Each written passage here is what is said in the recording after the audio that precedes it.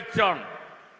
వాళ్ళు 7,500 ఇస్తే 15,000 ఇచ్చానని చెప్పి కూడా నేను మీకు తెలియజేస్తున్నా. మీరు గుర్తుపెట్టుకోవాలి, మీలో కూడా ఒక ఆలోచన రావాలి.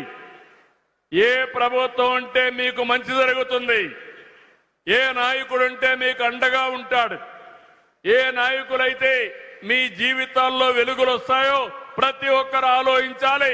ఆలోచిస్తామని గట్టిగా చప్పట్లు కూడా చెప్పండి. ఆలోచిస్తామని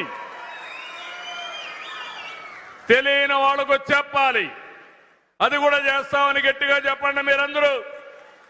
అప్పుడే బలం వస్తుంది, అప్పుడే మనకంతా కూడా దీనికి ఇది వస్తుంది. ఇంకో పక్క మీరు ఒకసారి చూస్తే ఏడాదిలో 3,575 పింఛన్లు ఇవ్వాలని అదనంగా మన నియోజకవర్గంలో నిర్ణయించాం. ఈరోజు చూస్తే 3,775 పింఛన్లు అదనంగా ఇస్తున్నా. 1,859 వృద్ధాప్య పింఛన్లు, 1,716 వితంతువుల పింఛన్లు.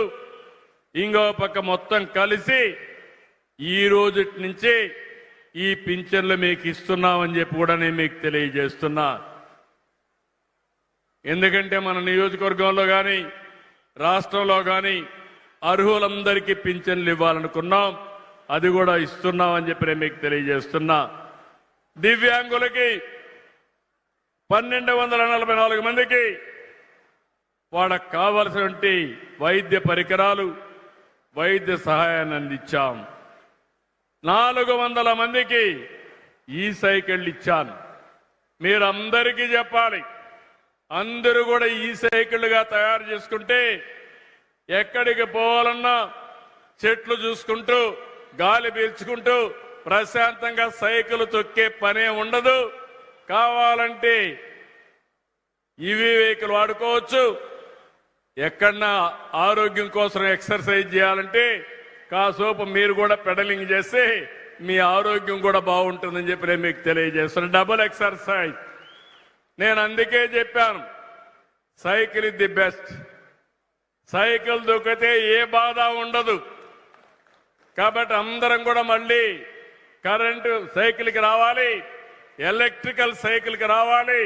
అదే శాశ్వతం, అదే ఆనందం, అదే ఆరోగ్యం అని మరొకసారి మీ అందరికీ తెలియజేస్తున్నా. ఇంకో పక్క మొత్తం కంటి పరీక్షలు చేశాం.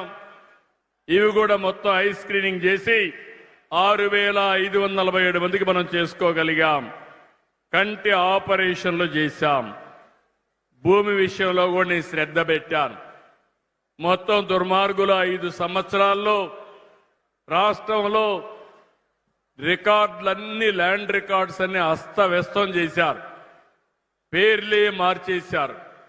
ఎవరన్నా భూ కబ్జా చేయాలంటే ఒప్పుకోకపోతే